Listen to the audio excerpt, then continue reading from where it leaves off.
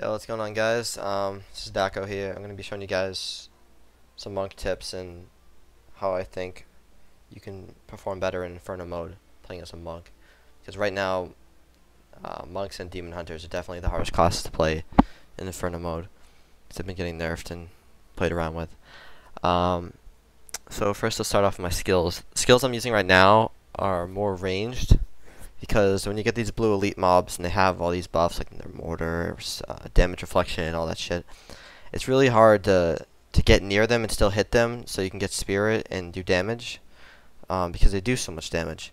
So right now I'm using Deadly Reach, which is a ranged punch, and I have the rune on critical hits generate additional spirit, so you have more spirit. So you can hit them from pretty far away with this, and you can keep running and hitting them with it as you run. For my heal, I have Breath of Heaven. It heals yourself and nearby enemies, and I have the rune on for CC purposes because in Inferno mode CC is really important. And if you're playing 4-man and you guys aren't communicating CC right, there's gonna be a lot of wipes even on blue mobs because it's just so much damage. So I have the fear on, so when my heal comes down, it fears everyone around me away from me. And it helps a lot, like when teammates need to get away, you pop that and they get away without dying. For defensive, I have another defensive. I have Serenity, which becomes immune to all attacks, and then I have it so it heals me when I use it. Sweeping Wind is a big source of damage for monk class. Since I have the ranged punch, and for kiting purposes, I also have increased radius of the vortex. So you can see here, the range of the vortex is the range of the punch now. So you can just keep kiting while they're still getting hit with fire. And it really makes a big difference. I have Blinding Flash for CC purposes. I kind of changed the rune around this a lot, depending on who I'm playing with, if solo or 4-man. Blinding Echo, what it does is, after you use your blind, like I think it's 5 seconds after or 6 seconds, it sends out another blind, and it's half duration.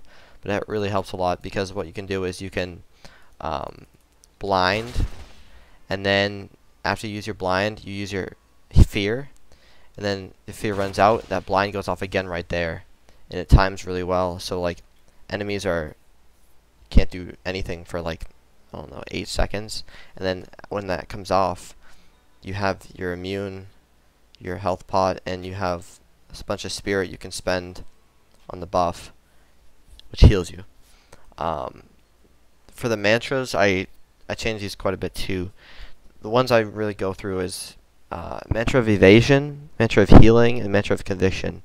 Right now, I've been using, well, last night I was using this because I was playing 4-man, the Conviction, and it increases everyone's damage done to enemies. And I think it's like, when you have the rune on 24%, and that's a lot. Especially when you have like high damage Demon Hunter, Witch Doctor, and Wizard on your team. Like, that's a lot of damage going out. Evasion, when I use this, I use Backlash. When you dodge an attack, it creates a burst of fire and it does like damage to them. It does quite a bit of damage. And then there's Mantra of Healing, and they just nerfed this. Boon of Protection. This was like one of the best things to use for surviving, and it kept your team up quite a bit.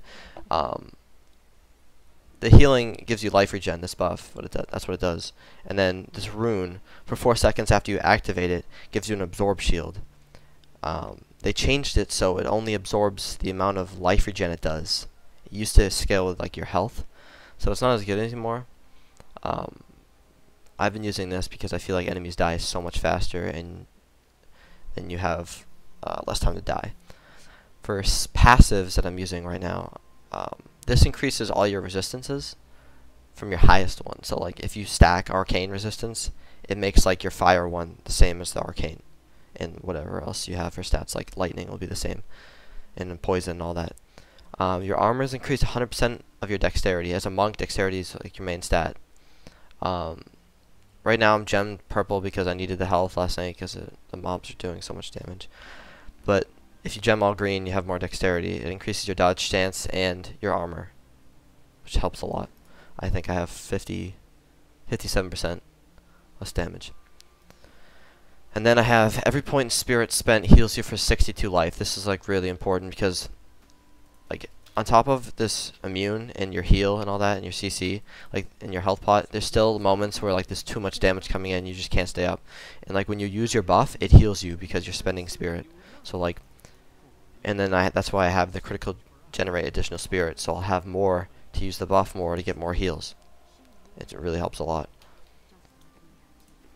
And like you really want to practice CCing on your team, like CC rotations, because like if you cycle in like a blinding flash, fear out of that, the second one goes off, and then your mage frost novas, and your demon hunter puts a trap down. It's just like when you cycle that kind of stuff, it makes it so much easier than just running in there and punching shit. Because in Inferno mode, you really kind of have to play smart and work with your team. And on your weapons as a monk, if you're dual wielding, you want to look for each hit adds life. Like life on hit. That's what you want in your weapons. Because in Inferno mode, like you might think it's better to get like like the percent of damage dealt converted to life or life steal or something. But in Inferno mode, that's actually nerfed because of the sweeping wind. Like if you factor that in, you'd get so many heals from damage done because of the sweeping wind. So it's actually better to use life on hit. And yeah, those are just some monk tips to help you guys out. Hopefully get you going in Inferno mode. Right now, all I have done is the Butcher. And we're working on Act 2, but you really need to get gear and farm Act 1 if you want to move on to Act 2, because you really kind of have to be geared out, decked out of gear, if you want to move on to Act 2 and Act 3, because it gets a lot harder. But yeah, hopefully this will help you guys out, getting your monk going. Maybe try some new builds. But yeah.